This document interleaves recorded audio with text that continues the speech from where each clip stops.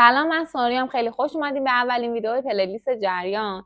کلا قراره جریان از چه قرار باشه؟ کلا جریان این پلیلیست اینطوریه که شما هر چیزی که فکرتون رو درگیر میکنه رو واسه من تو کامنت ها بگین یا داخل اینستاگرام با آیدی اینستاگرام هم دایرکت بدین و اونجا بهم بگین که دوست دارین موضوع ویدیو بعدی راجع به چی باشه. راجع به اون موضوع یه ویدیو کامل میسازم و میشینیم با هم دیگه صحبت میکنیم. و الان بهتون میگم که دلیل اینکه من اومدم اینو یه پلیلیست جدا کردم و اینکه اصلا چرا این پلیلیست اومد شکل گرفت و به نظر من یه خلایی بود که با این پلیلیست میتونه خیلی پر بشه. کلا ساخت و این ایجاد این پلیلیست جریان 3 تا دلیل اصلی داره که دلیل اولش اینه که ایجاد این کامیونیتی که خیلی قوی باشه و نظر همدیگر رو بخوایم بدونیم راجع به هر چیزی که ممکنه ذهن ما رو درگیر کرده باشه. واسه من به شخص هزاران بار پیش اومده که دلم بخواد حالا یه موضوعی باشه با بقیه صحبت کنم و نظرشون رو بدونم و خب به نظرم واسه بقیه هم میتونه خیلی چیز جذابی باشه، مخصوصا کسایی که حالا پیج پرایوت دارن یا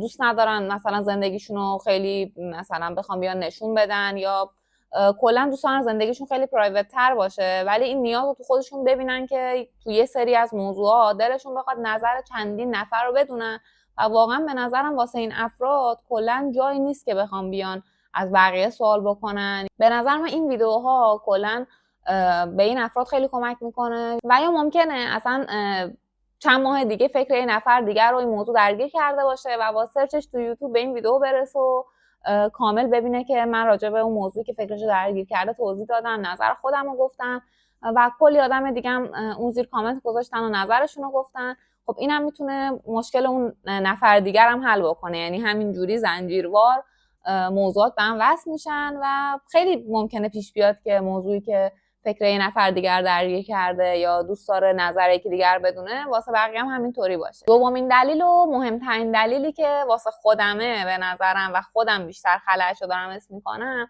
اینطوریه که کلا چه روابط دوستی چه حالا اگه دوستی هم شکل نگرفته باشه، کلا تا 2 سال پیش اینطوری بود که من یه چیز ذهنمو درگیر میکرد و میرفتم با یک آدمی که حتی ممکنه فقط اینستاگرام فالوش داشته باشم یا اصلا نشناسمش، نشستم ساعتا صحبت میکردم یا اگه میدیدم اون موضوعی دوست داره که راجبش صحبت کنیم و ممکن بود واقعا این اولین و آخرین مکالمه بین من و اون شخص باشه، ولی این صحبت شکل میگرفت، این وقت گذاشتنه بود، یعنی آدما حس میکنن بیشتر واسه هم وقت میذاشتن. یا خیلی پیش میومد که من مشکلی داشتم ساعت‌ها میتونستم با یه دوستم بشینم صحبت کنم و واقعا آدما خیلی خیلی گوش شنوا انگار بیشتری داشتن و اون تایم بیشتری اختصاص میدادن و راحت میتونستی اون تایم رو ازشون بگیری و اون تایم رو در اختیارت میذاشتن که بخوان حالا اون موضوع رو باهات حل بکنن یا اصلا مشکلی بود که اصلا با اونام شاید مرتبط نبود. ولی الان اینطوری شده که چه آدمی که میشناسیش از قبل دوستت نه حاضر واسط اونقدر وقت بذاره، یعنی اون حسی که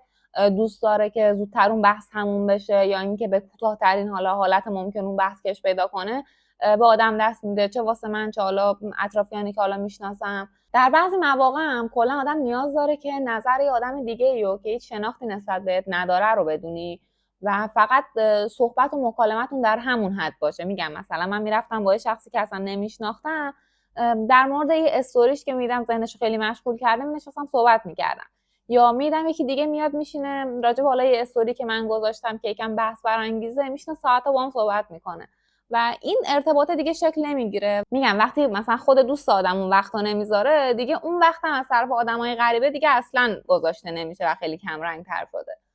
حالا این ممکنه به دلیل مشغله‌های حالا کاری مردم باشه، درگیری‌های فکری باشه یا هر دلیل دیگه‌ای که داره، به طور کلی خلاص میکنم خیلی حس میشه و واقعا جای مناسبی دونستم که بخوام این خلا رو حداقل به عنوان خودم بتونم اینو پر کنم و واسه بقیه هم یه فضایی باشه که بخوان نظر منو حداقل بشنون، من واسهشون وقت بذارم و حتی کسای دیگه هم که این ویدیو رو میبینن بخوام واسهشون وقت بذارن و واسهشون حالا اون نظری که دارن کامنت کنن. دلیل سومش هم اینه که شما شاید اصلا نخواین اون طرف شما رو بشناسه و بخواد خیلی بی‌طرف نظرشو بگه. اگه ما بخوایم راجع به حالا هر موضوعی با نزدیکانمون، دوستامون، آشناهامون صحبت بکنیم، در آخر نظر ما رو یا تایید میکنن و یا حالا به مدل خودشون جواب میدن. یعنی ما شاید بدونیم مثلا اگه فلان موضوع رو با یکی مشورت کنیم با یکی از دوستامون بدونیم واقعا نظرش چیه و دیگه حالا لازم نباشه اصلا باهاش صحبت بکنیم و بخوایم نظر کسی که اصلا نمیشناسیم و یا اینکه میتونه یکم واسمون هیجان انگیزتر و جالبتر باشه رو بدونیم. من به شخص اینطوری ام، یعنی واقعا نظر اطرافیانم و راجع به اکثر موضوعات میدونم. حالا نمیشه گفت هر موضوعی، ولی اکثر موضوعات میدونم و واسم جالبه که با کسایی حالا صحبت بکنم یا نظرشون رو بدونم که یه خورده حالا چالش برانگیزترن، یا اینکه واسم خیلی هیجان انگیزتر باشه اون حالا نظری که دارن میدن، اون مشورتی که دارن با هم میکنن. یا ممکنه اصلا شما نخواین که اون موضوع رو با یکی از نزدیکانتون در میون بذارین، نخواین اصلا نظر نزدیکانتون رو بدونید. و این خب خیلی میگم خیلی جنبه‌های مثبت زیادی داره کلا تشکیل این کامیونیتی و به نظر من واقعا واسه من یه خلا بود و خیلی واقعا هیجان انگیز. یعنی دوست داشتم که منم واقعا میتونستم مثلا این موضوعات رو از زبون خودم بخوام بیام باهاتون مشورت کنم و نظر خودم بگم، ولی این کلا این سری ویدیوها قرار کاملا نظر و موضوعات و سوالای شما رو بخوام بیام راجع به صحبت بکنم، نظرم بگم، اطلاعاتی که دارم بگم، اگه تجربه‌ای دارم تجربه خودم بگم و کلا اینجوری قراره این پلیلیست شکل بگیره. حالا سوال پیش میاد که شما موضوعات و سوالات رو چجوری باید به دست هم برسونید؟ شما میتونید زیر همین ویدیو یا ویدیوهای دیگه مربوط به همین پلیلیست سوالاتتون و موضوعاتتون رو تو کامنت ها بنویسین. بعضیاتون هم که حالا ممکنه عکس خودتون باشه یا اسم خودتون باشه نخواین باشه، بخواید به صورت پرایوت نگه دارین، میتونید به اینستاگرام من دایرکت بدین. آیدیشو اینجا میذارم، داخل دیسکریپشن هم میذارم. اونجا میتونید دایرکت بدین، اونجا با هم دیگه صحبت کنیم، موضوعاتتون رو بگین. اگه خیلی طولانی تره تو دایرکت، خب اگه واسهتون راحت تره اونجا میتونید پیام بدین. و اگه بخواین میتونم اسم و حالا مشخصاتتون رو بذارم، ولی اگه بهم نگین نمیذارم که حالا اون پرایوسی شما هم حفظ بشه. سابسکرایباتون هم حتما چک کنین، چون جدیدن خیلی یوتیوب داره سابسکرایبا میپرونه، برخلاف چنل‌های دیگه‌ای که میگن خیلی وقت سابسکرایباشون نمیپره.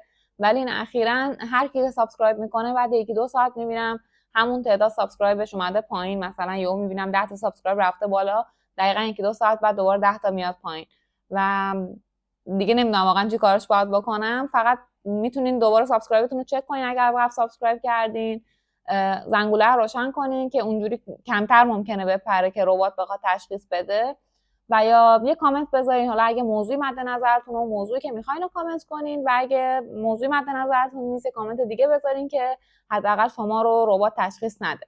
این ویدیو معرفی این پلیلیست بود. ویدیو بعدی ویدیو همین پلیلیسته که قرار بیاد.